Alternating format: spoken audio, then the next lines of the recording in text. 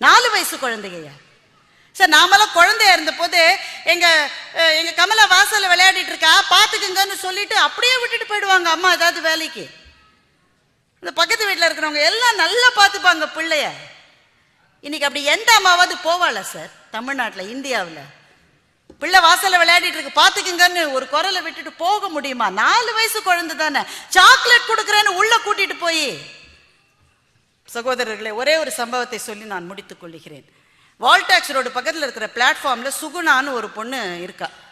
அவ கதை வழக்கமான கதை தான். அவன் மருத்துவர் கவலைப்பட்ட அதே கதை தான். குடிச்சு குடிச்சு அவளுடைய கணவன் செத்துட்டான், போய் தொலைஞ்சான்.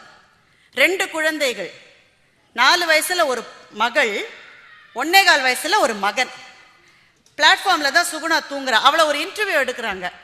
நீங்க இங்கே தான் தூங்குவீங்களா? ஆமா, இங்கே தான் தூங்குவேன், எனக்கு என்ன வீடா இருக்கு. தூங்கும்போது எப்படி நீங்க எப்படி இங்கேயே